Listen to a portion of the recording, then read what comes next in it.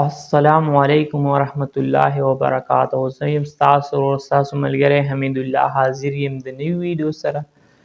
جیمیل آی ډي چې دا هر چا سره ورسوي نو زیات کسان داسې وي چې جیمیل آی ډي ورسره وي او پاسورډ ورته هم هیر شوی وي، نمبر چې کوم نمبر مې چې جوړه کړي وي هغه ته هم هیر شوی وي.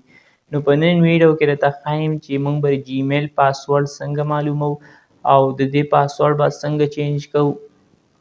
زیات کسان چې موبایل بدل کړي نو بیا ورته کومه جیمیل آی ډي چې ورسره وي هغې پاسورډ ورته نه وي معلوم، چې هغه لاړه شي بس خراب شي ورکه شي.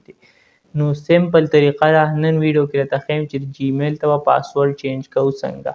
نو زیات کسانو دا ویل چې یار موږ سره جیمیل چې هغه شته او پاسورډ یې موږ ته نه دی معلوم. نو زه د موبایل سکرین ته نور طریقه درته ښایم، خو که ویډیو فرست ټایم ګورئ چینل ځان سره ضرور سبسکرایب کړئ د شان مزید ویډیوګانو دپاره. نو زه د موبایل سکرین طرف ته چې موبایل په سکرین تاسو ته طریقه وښایم. ملګرو تاسو چې موبایل سکرین ته راغلی تاسو به سمپل پلی سټور اوپن کوئ، تاسو به خپل پروفایل باندې کلیک کوئ او دلته تاسو د ښکاري ګوګل اکاونټ دې باندې به تاسو کلیک کوئ او دلته به تاسو کلیک کوئ په سیکیورټي باندې چې تاسو کلیک کو تاسو خپل پروفایل ته لاړ شئ. دلته چې تاسو کم جیمیل دغه بدلول غواړئ پاسورډ او تاسو ته نه وي معلوم دغه پاسورډ، نو هغه جیمیل تاسو دلته نه سلیکټ کوئ. چې تاسو سلیکټ کو دلته یې لیکلی دی پاسورډ، دې باندې تاسو کلیک کوئ. چې دې باندې تاسو کلیک کو نو لږ انتظار به ورته وکئ.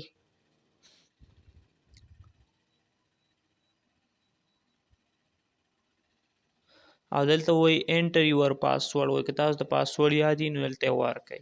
پاسورډ خو موږ ته نه دی یاد نو دلته به موږ د فارګیټ پاسورډ باندې کلیک کو. دلته بیا وایي انټر لاست پاسورډ، نو دلته وایي چې که تاسو ته چېرته پاسورډ خامخا تاسو ته لږ څه ناسم یاد وي نو هغه ورکئ، خو هغه هم موږ ته نه دی یاد. نو داسې به کلیک کوئ ټرای انادر وی، دې باندې به تاسو کلیک کوئ. بیا چې دې باندې تاسو کلیک کوئ دلته کنټینیو باندې تاسو کلیک کوئ او دلته به سکرین لاک تاسو ورکئ. چې سکرین لاک تاسو ورکو نو دلته تاسو ته یو نوی پیج کولاو شي، دلته تاسو کتی شئ نیو پاسورډ، دلته به تاسو یو پاسورډ سلیکټ کړئ. یو پاسورډ سلیکټ کوم، خو په دې کې چې تاسو بره کوم پاسورډ ور هغه پاسورډ چې کوم دی هغه به تاسو لاندې ورکئ، یو شان پاسورډ په دې دواړو خانو کې ور اچوئ. دا تاسو کتی شئ ما پاسورډ دې ته ور واچو او تاسو به دلته کلیک کوئ چینج پاسورډ باندې. چینج پاسورډ باندې چې تاسو کلیک کو نو بیا به تاسو کتی شئ چې دې ته پاسورډ چینج شو. په دغه طریقه باندې تاسو کولی شئ چې د خپل جیمیل پاسورډ چینج کړئ په ډېره اسانه طریقه باندې. که ویډیو مو خوښه شوي ملګرو سره یې ضرور شیر کړئ. دغه شان نورې ویډیوګانو لپاره زموږ چینل سبسکرایب کړئ.